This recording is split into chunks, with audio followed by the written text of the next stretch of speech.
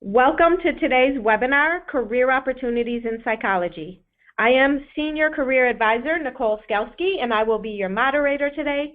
Whether you are in career transition or seeking advancement opportunities, today's program will help you learn more about psychology careers and better define your career path.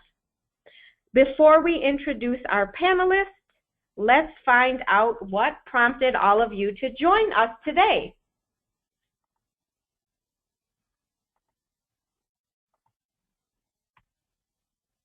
So if you all could please type your response in the questions box, that will be great.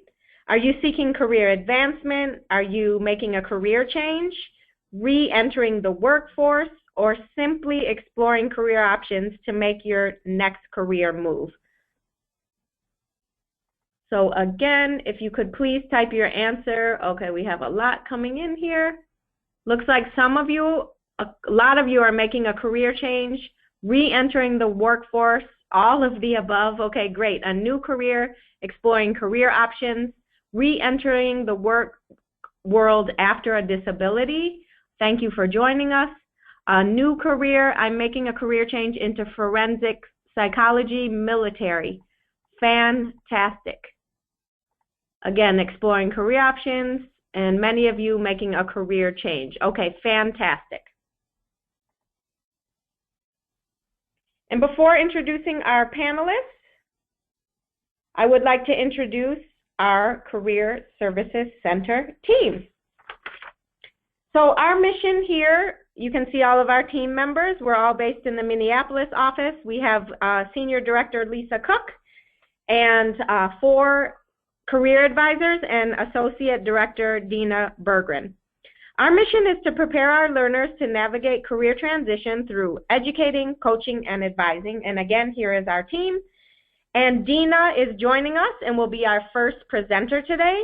Dina Berggren brings over 15 years of combined experience in higher education, student advising, and career development.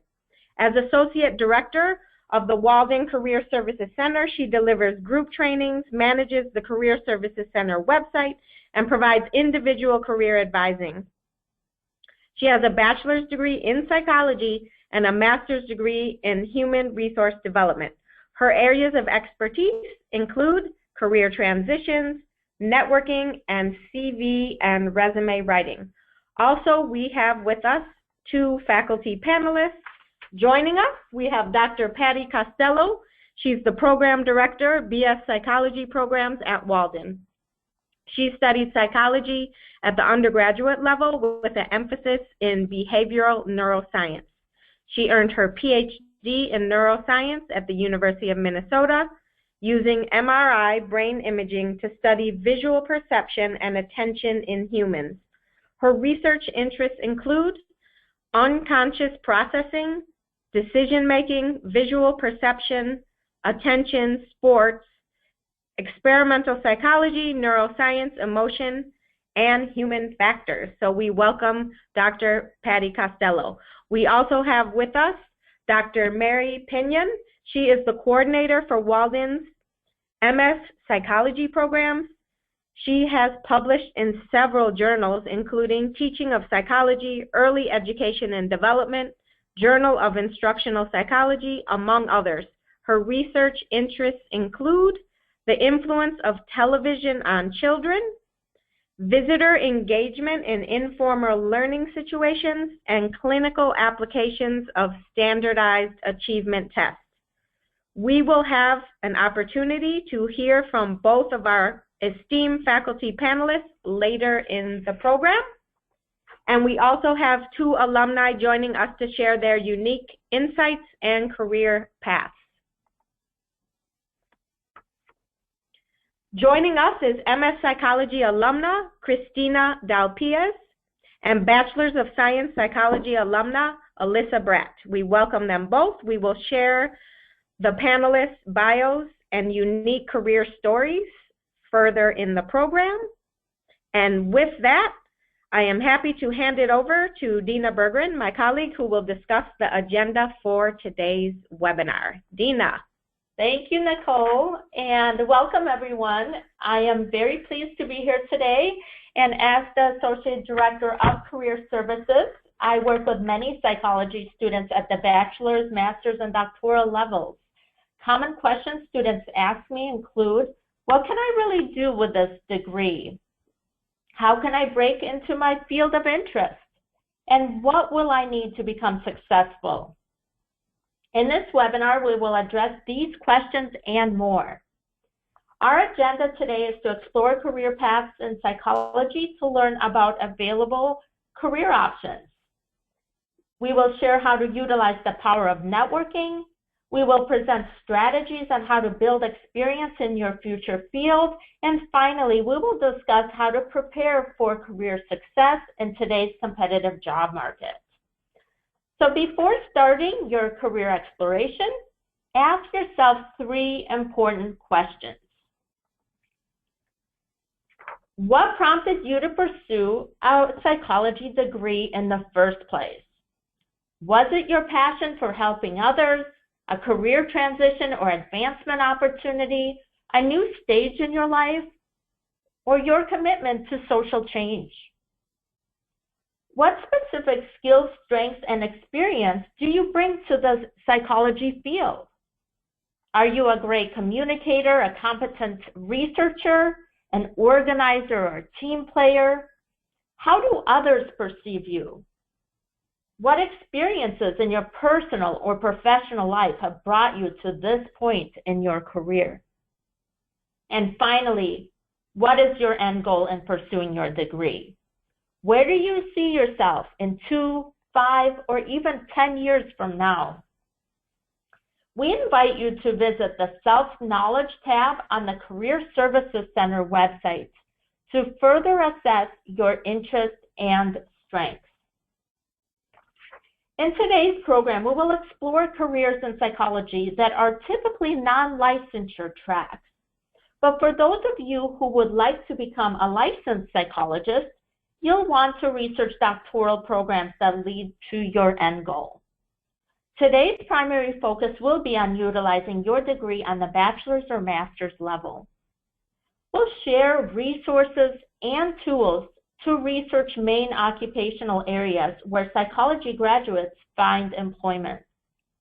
And these include direct service position in human and social services, occupations in education and training fields, psychology research and or preparation for doctoral study programs, and finally, administrative roles in government, nonprofit, and corporate sectors. So let's look more closely at specific careers within these areas. Consider the job titles under each of these occupational areas. For instance, common job titles for positions in human or social services may include case manager, correctional officer, psychiatric assistant, victim advocate, and others. Examples of positions in education and training may be working as a workshop facilitator or life or career coach, or even as a community college instructor. Research-focused positions may include working as a researcher, program evaluator, or data analyst, or bachelor's and master's degrees may be stepping stones towards a doctoral program in psychology. Many psychology professionals are also employed as coordinators, program managers or directors, project managers, or field research coordinators in government, nonprofit, and corporate sectors. So these are only a few examples. If you'd like to research further, we have included a handout with additional resources as part of today's session. So check your handout section of your GoToWebinar control panel to view the handouts after the session. And now that we've discussed general areas of employment, let's take a closer look at where Walden psychology graduates are employed. According to survey data collected on students' graduation application forms, over 22% of master's level psychology 2015 graduates reported that they were employed in human services, and this includes mental health, social work, and related fields. Other industries included pre-K through 12 education at 7%, public administration at 11%, business and management at 14%, higher ed at 4%, health sciences 7%, and finally technology 2%. You'll also notice that 33% of respondents were either not working at the time of taking the survey or they did not report their industry. This data supports that psychology majors work in a variety of settings, and that psychology itself is a very broad field. Ask yourself, how can you start defining your career direction? There are many tools to help you with your career exploration. The Walden U website lists suggested career options by program. The featured link here will take you directly to career opportunities for bachelor's, master's, and doctoral psychology programs at Walden. And here you can explore suggested career options for a variety of psychology programs. Would you like to research growing fields in your state? The Bureau of Labor Statistics Job Outlook projections can provide that information for you.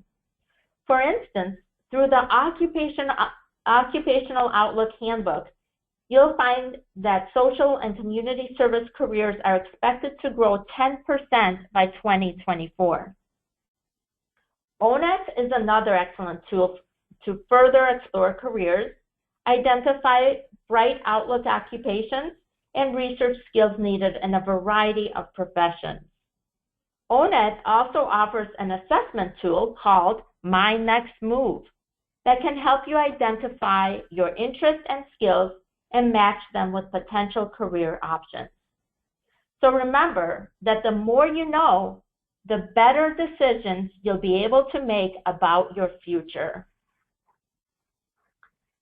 Utilize the Career Services Center website. We have many resources available for you. The Resources tab offers career resources organized by college. So if you select psychology, you will be directed to professional associations, job banks, and LinkedIn groups specific to the psychology field. Professional associations offer career resources for students and professionals, and special interest groups you can join to network with others and learn more about your field. The Job Opportunities page lists niche job banks. As you review postings for specific positions, consider how your skills and qualifications match the needs of employers. Next, I'd like to hand it over to Dr. Costello, who will introduce us to additional career resources. Dr. Costello, can you hear us? I'm sorry, yep, I can hear you. Great. Oh, great, great. Go right ahead. Over to you. Sorry about that. No worries. And these are also on that career handout. One that I really like in particular is the Dr. Kit Psychology link. And this one, there's a variety of videos, and he's interviewed people not only in psychology, but other areas as well. So once you get to that website, you can go another level higher and look at other career areas besides the psychology ones. And one more.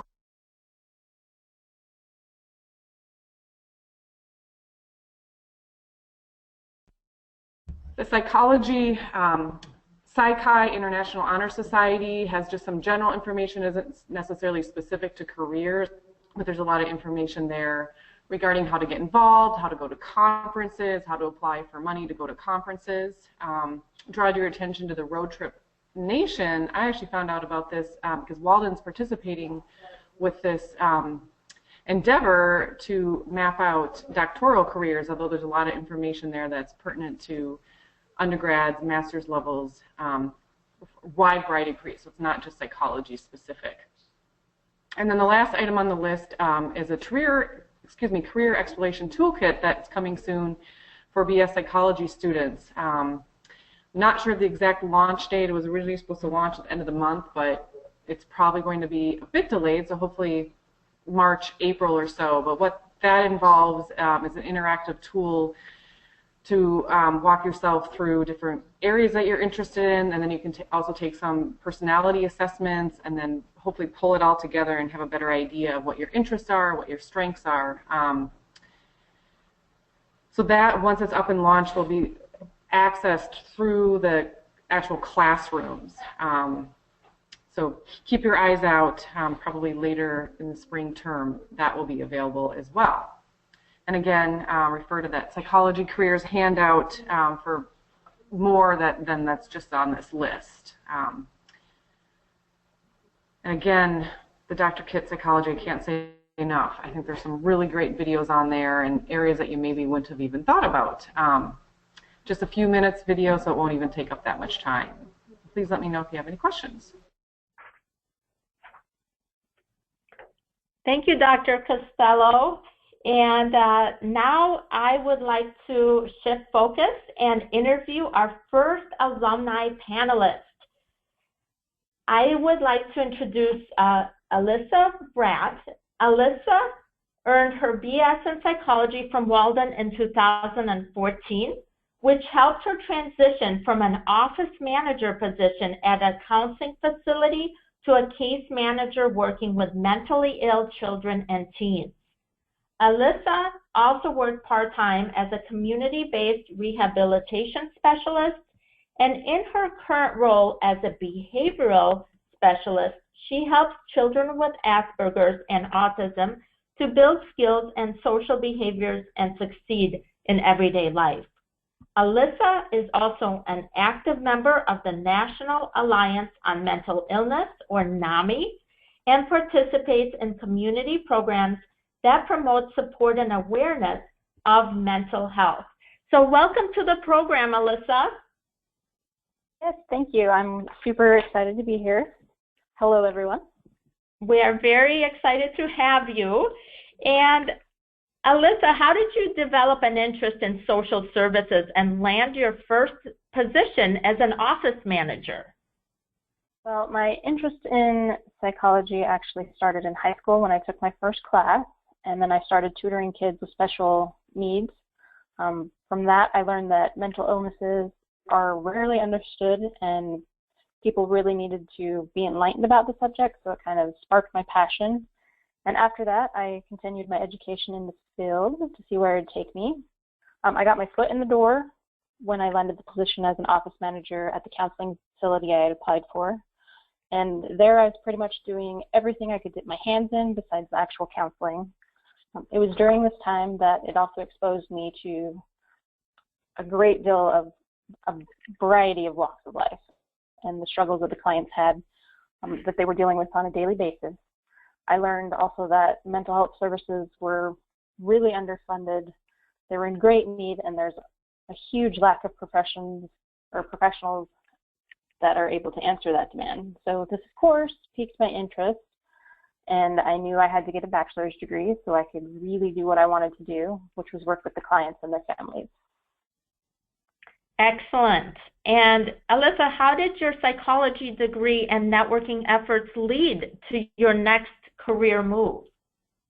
Well, I'd definitely say the classes I took gave me the proper education I needed to understand the different types of mental illnesses, as well as ways I was able to help individuals overcome or cope with their illnesses or behavioral challenges.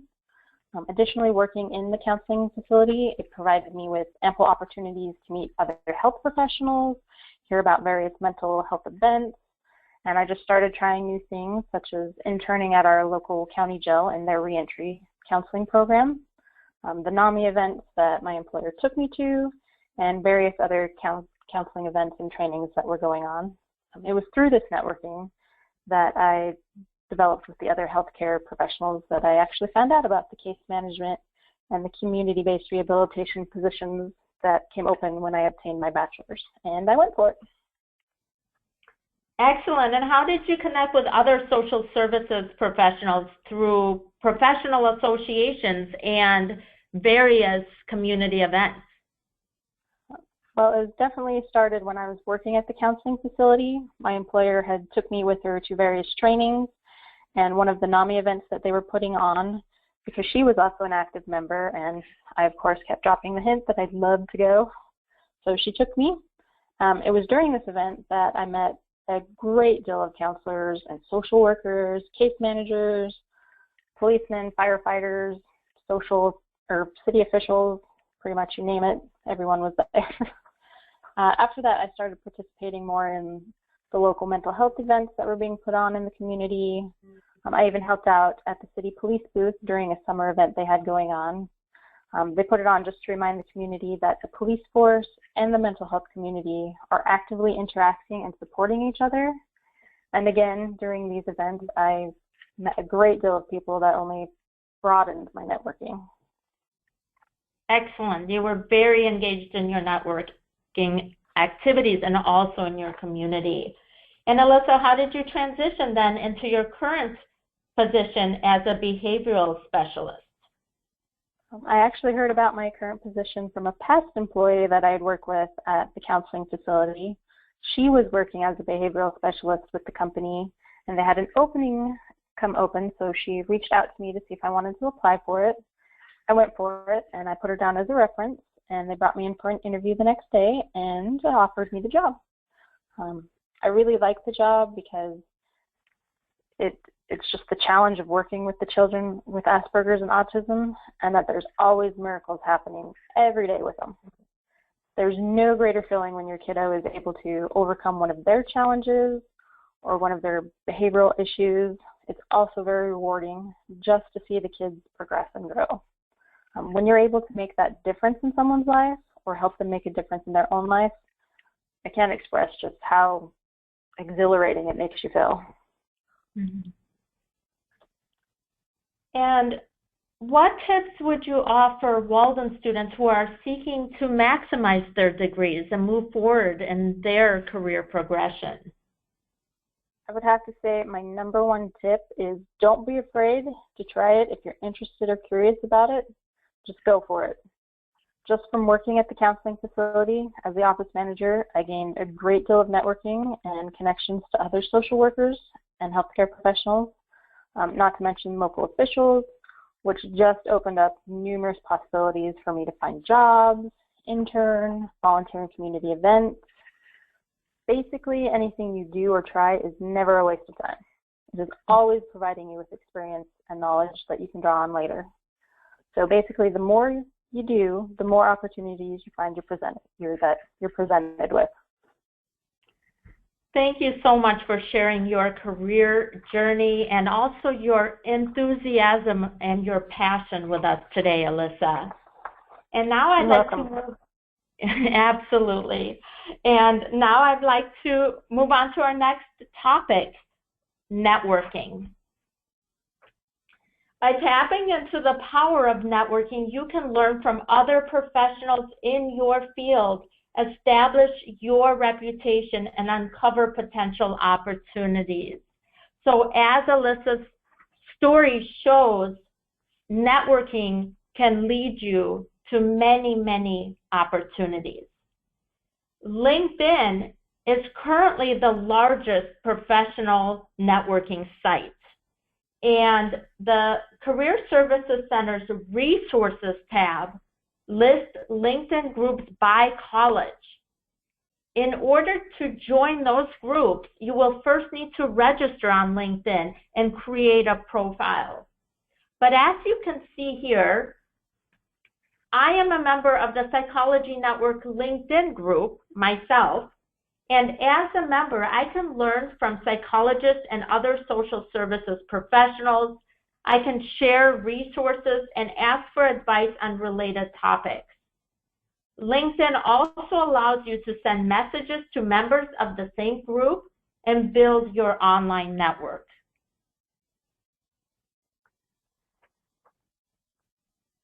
Start with online networking and then take your networking offline by asking experts in your field for informational interviews, either face-to-face or over the phone.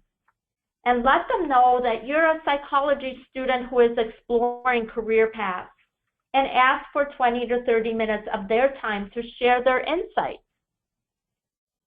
During the informational interview, ask questions about their career paths, what a typical day is like, and the skills and experience needed. Take opportunities to showcase your knowledge, skills, and strengths, and remember to stay in touch to build your professional network. And join the Walden University Career Services Center LinkedIn group, where you can share and network on related topics with other students and alumni. And as you can see, we currently have over 4,500 group members, and we also advertise upcoming programs, including webinars and online networking events through our LinkedIn group. And these are just a few ways you can use social media for career research and combine it with offline networking efforts.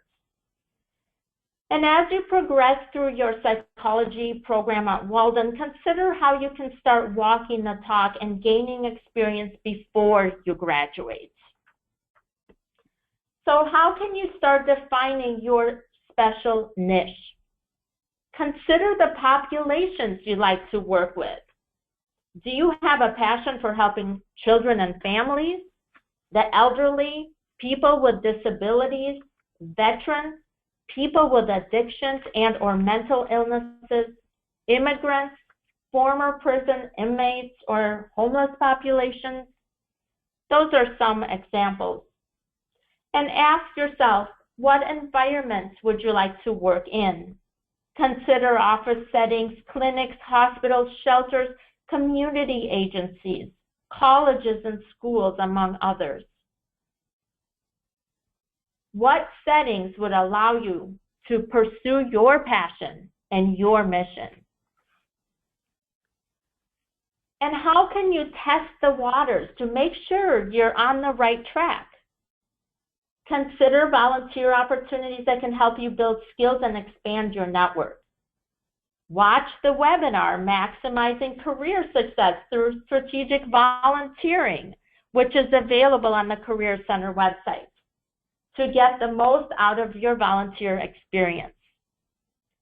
Several volunteer sites to consider are Volunteer Match, Idealist, and Service Leader, and Volunteer Match also offers virtual volunteering options.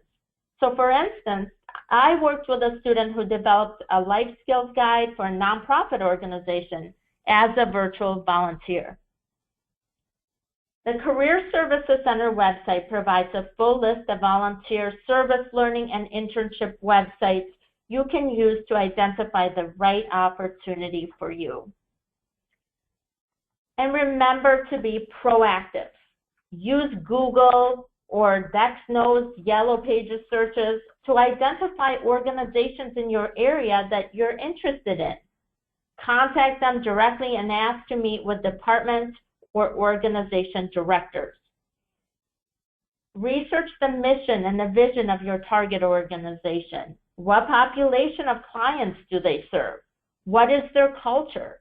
What challenges are they faced with? What are the job titles and credentials of their staff members? And provide specific ideas for projects you can help with. Can you coordinate activities, run a training session, use your skills to organize and or improve current resources?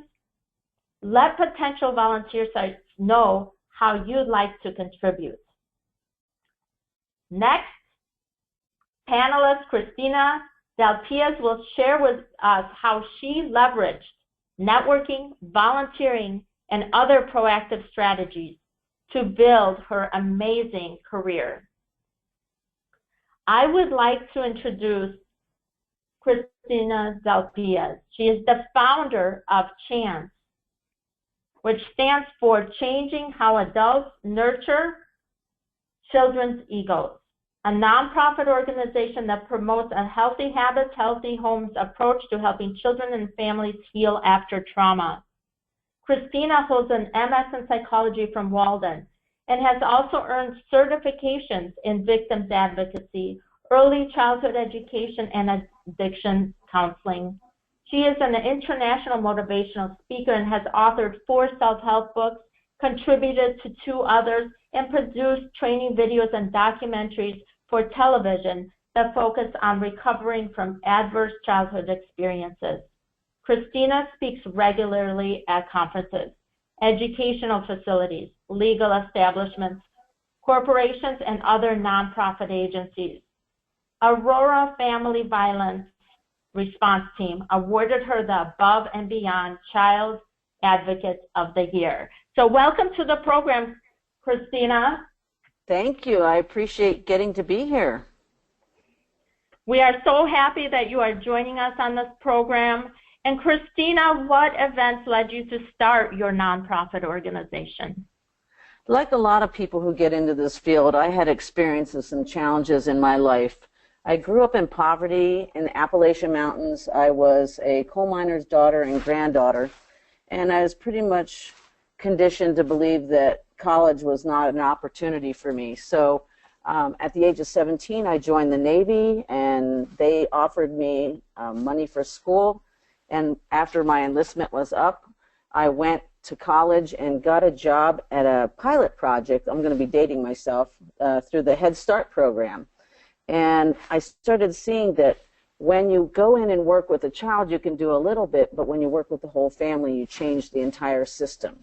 And this made me very excited, and I worked for about 10 years in that field when my nephew was removed from his mother's care due to domestic violence. And because I'd been working in the field a little bit, I figured I could help him, but I realized that there weren't any services whatsoever for children of domestic violence.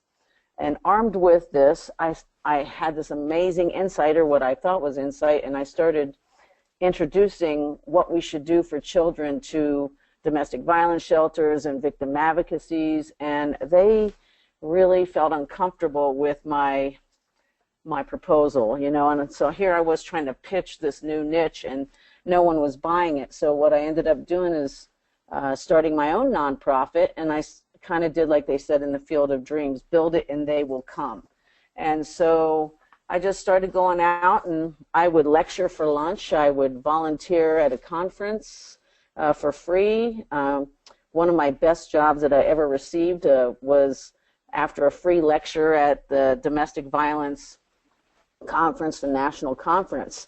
And I got the opportunity there to work for 5 years with a bunch of children who had experienced domestic violence, and I ended up writing one of my books as a result of that. So I just felt like if you could get out there, when you go to conferences, they often give you a pamphlet with all the other speakers in it and their names, and so I would call them, I would write them, and I'd invite them to speak with me. I'd invite them to help me write, and so it just catapulted from there. Wonderful. You were so active in pursuing your goals. And how did your MS Psychology degree help you build your professional reputation? Clearly, it made me look more knowledgeable. I had written a couple books prior to getting my master's degree, and you know, people enjoyed the books, but once I put the MS after my name, people started instantly considering me an expert.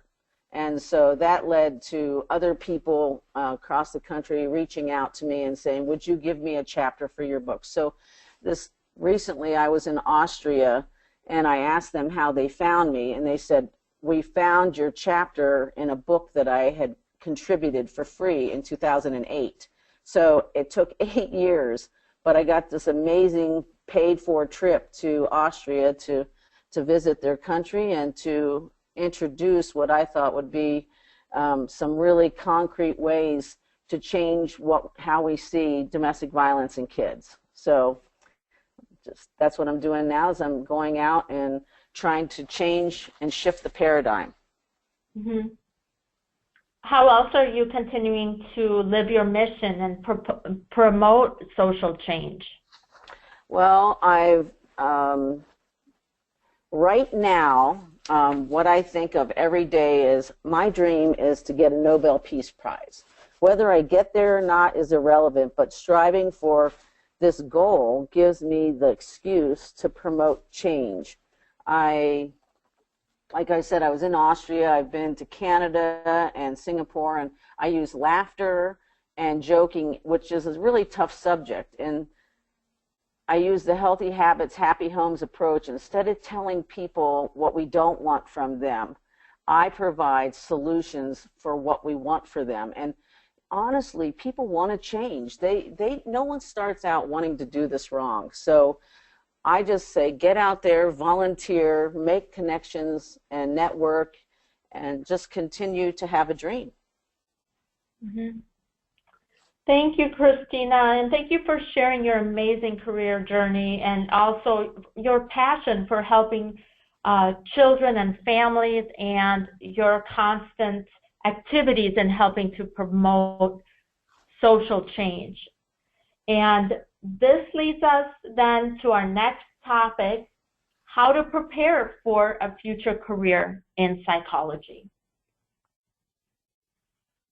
So what else will you need in order to achieve your career goals? Consider your next steps and what additional training will help increase your marketability. Some volunteer programs offer training that can be built, that can help you build your qualifications. And students I have worked with have obtained certification in domestic violence prevention, received training as volunteer court advocates, and became crisis hotline volunteers. And these are just a few ideas to consider. If your long-term goal is to become a licensed psychologist, consultant, educator, and/or researcher, then pursuing your PhD may be the next step for you. So explore the PhD in psychology programs at Walden and tap into your network of professionals to learn more about career tracks at the doctoral level. As you research positions in your area of interest, you may find that some positions require licensure. So consider programs such as the Master's in Mental Health Counseling, Master's in Social Work, or the PhD programs in Clinical Psychology that are geared specifically towards professional licensure. And contact state licensing boards to inquire about requirements since they vary state by state.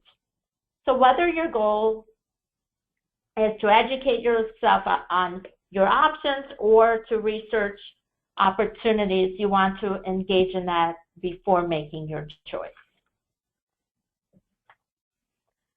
And continue to build your reputation by getting involved in professional associations, attend conferences and events, volunteer your time, submit articles to newsletters, and partner up with other professionals to deliver presentations. Assume leadership roles at work through associations in your community. Share your knowledge with others by becoming a mentor, and contribute and support Walden's social change mission through your community. As you progress through your academic program, gain experience to match your degree level as much as possible. So as an example, a career progression may look something like this. Start volunteering in social services while pursuing a bachelor's in psychology. Land a case manager position after earning your bachelor's. Complete an MS psychology degree and together with several years of experience advance into a program director position. Pursue a PhD for professional growth, consulting work, or higher ed teaching opportunities. So with that, I would like to hand it over to Dr. Pinion, who will share her career path and professional development activities. So welcome to the program, Dr. Pinion. Hi, it's good to be here. Hello, everybody. Hello. And Dr. Pinion, what professional activities helped you advance in your psychology career? Well, I followed I ended up wearing a lot of different hats because of my degree in developmental psychology. I've been a faculty member, an instructor. I've also worked for in the corporate world, developing instruments for children who identify children with disabilities. I've also worked as a vice president of educational programs in a children's museum. So there's a lot of opportunities that are out there for individuals with degrees in psychology. And as Dina mentioned earlier, the things that really helped me move forward in my career was networking and just getting out there and getting to know people. So I joined professional organizations. I presented, even as a graduate student, I was presenting posters at professional meetings.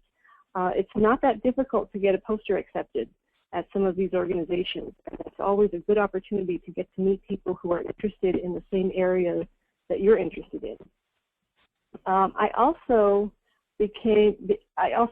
got really involved with my colleagues as far as the kinds of research that they were conducting. Not only did it help me in, again, developing my network, but it also showed that I had experience collaborating with others and working on large-scale grants that showed I did have experience conducting research, understanding how to do it, and how to bring in money.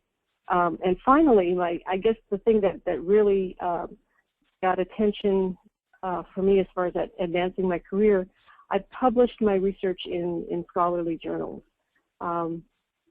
That's often a very challenging thing, but once you've had an opportunity to present posters and get involved with colleagues conducting research or other faculty members conducting research, you have more opportunities to find ways to publish that. And I strongly encourage that as well. Excellent. Well, thank you so much for sharing your career path, Dr. Pinion. And next, I'd like to invite Dr. Costello back to the program.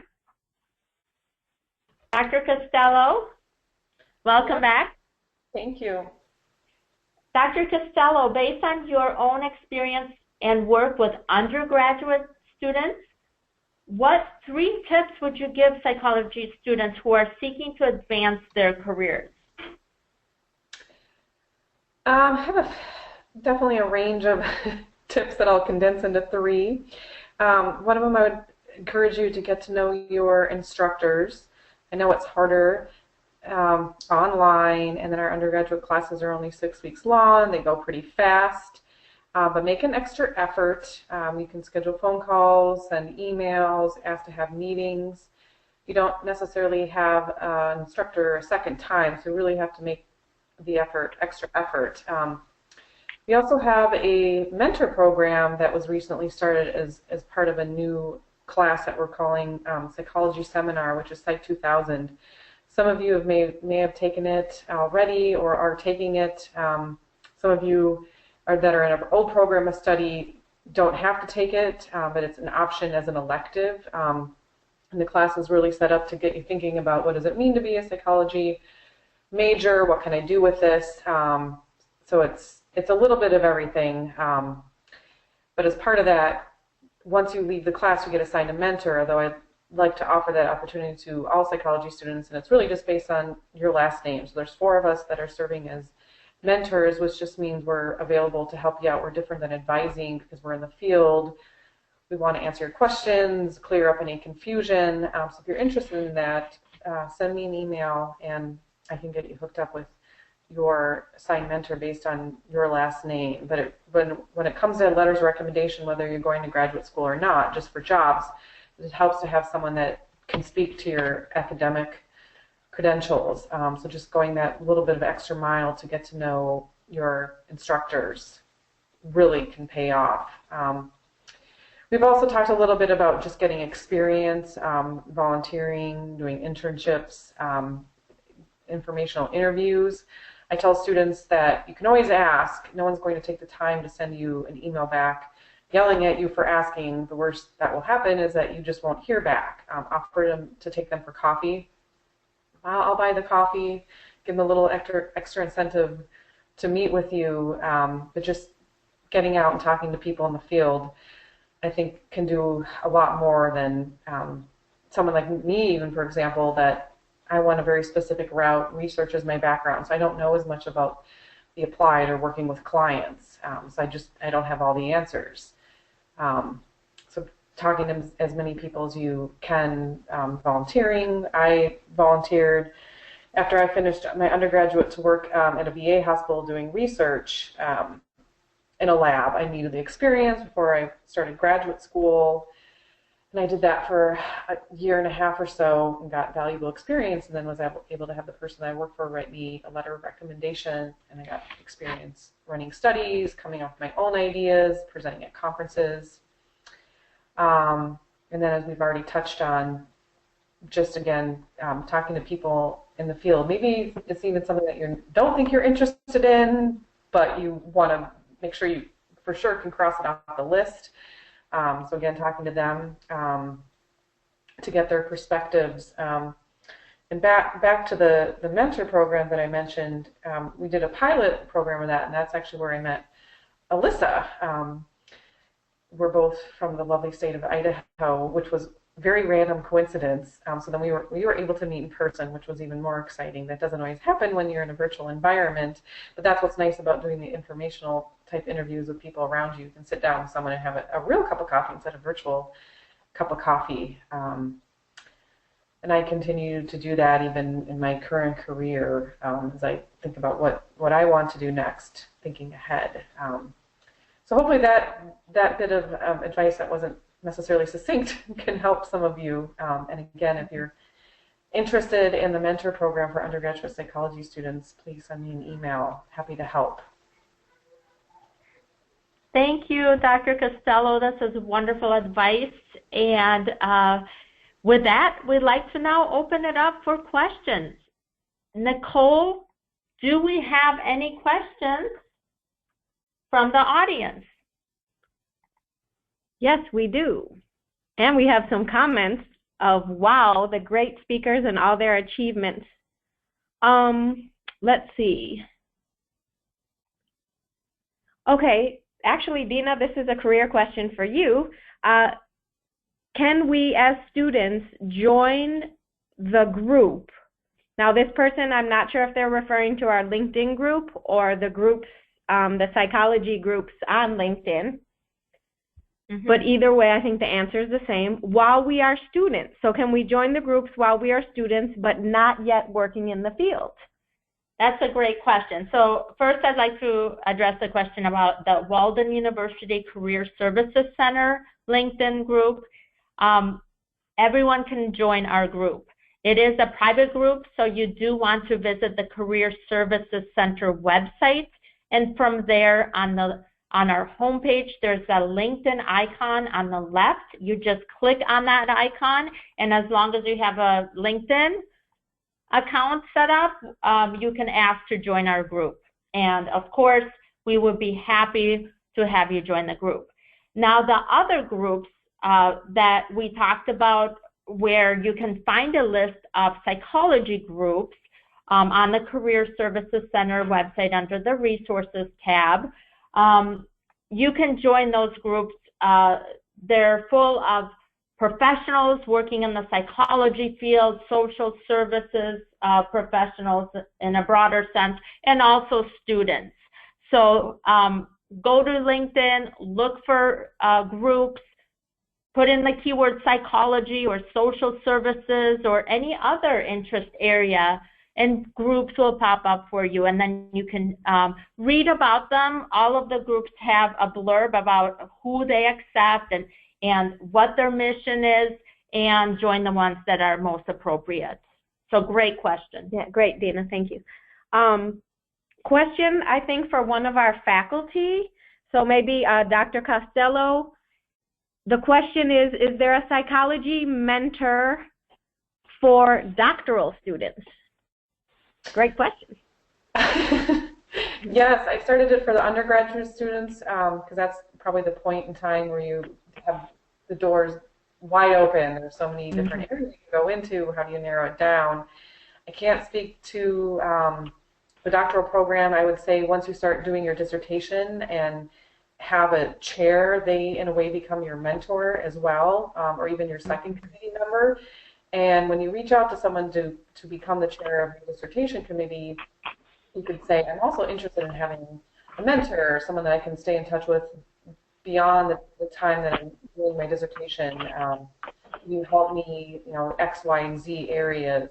So it certainly doesn't hurt to ask, because the chair of your dissertation committee can wear many hats. It could be someone that's just strictly giving you feedback and you're sending documents back and forth, but the relationship can be much more than that, and I think it's up to the student to drive that, and then certainly finding someone that's a good fit, which sometimes is easier said than done, but that would be my advice regarding that. So there's not like a formal program like I've set up, but at that dissertation phase is where you could approach someone to be your mentor that's on your committee. Thank you. Yes. And this is Dina. I'd like to just add to that many professional associations, they also have mentorship programs. So check professional associations. I know, for instance, the American Counseling Association has an excellent mentorship program. But there are mentorship programs out there, but you can surround yourself with advocates and supporters and mentors simply by networking, by doing informational interviews and meeting people, meeting other professionals who are more advanced in their careers, and have them give you advice, feedback. And if you have a strong networking relationship built, you can also ask someone to be either your formal or informal mentor. So knowledgeable people can be your mentors and help you move forward. Exactly. This is Nicole with Career Services. I agree with Dina. I mean, there doesn't have to exist a formal mentorship program. You can also, we know students actually in the DBA program that met at residency, and one student was further along in the DBA program than the other, and they started helping each other out, and they became mentors, and next thing you know, they were doing consulting opportunities together. So there's all types of ways you can reach out to people on LinkedIn as well. So you don't have to have a formal mentorship program. Next question. Oh, okay, so piggybacking on that, Dina, you can answer. Someone just wrote in, what's the difference between a formal and informal mentor? Okay, great. Yeah, and those lines can be blurred. I guess a formal mentor would be like a formal mentorship program. Through a program that's already set up, like Dr. Costello was mentioning. Yeah, and then informal, anyone who can give you advice and feedback and help you move forward in your career. Right. I could ask Dina if maybe she has a background in HRD, which I don't. So let's say I was interested in that outside of work. I would say, hey, Dina, could we meet up maybe once a month, and could you mentor me on, give me some advice on some career path opportunities, or, I'm breaking into that field. That's just like that. Just ask a colleague. Okay, so great questions. Another question, our next question, probably for faculty. What do you think of the National Health Services Corps route to breaking into the field of psychology? So either Mary or Dr. Costello? I'm not really familiar with that, so I really can't speak to it. Okay. I don't know if Dr. Costello. It says National Health Services Corps. So I don't know if that's a federal run program, kind of like AmeriCorps.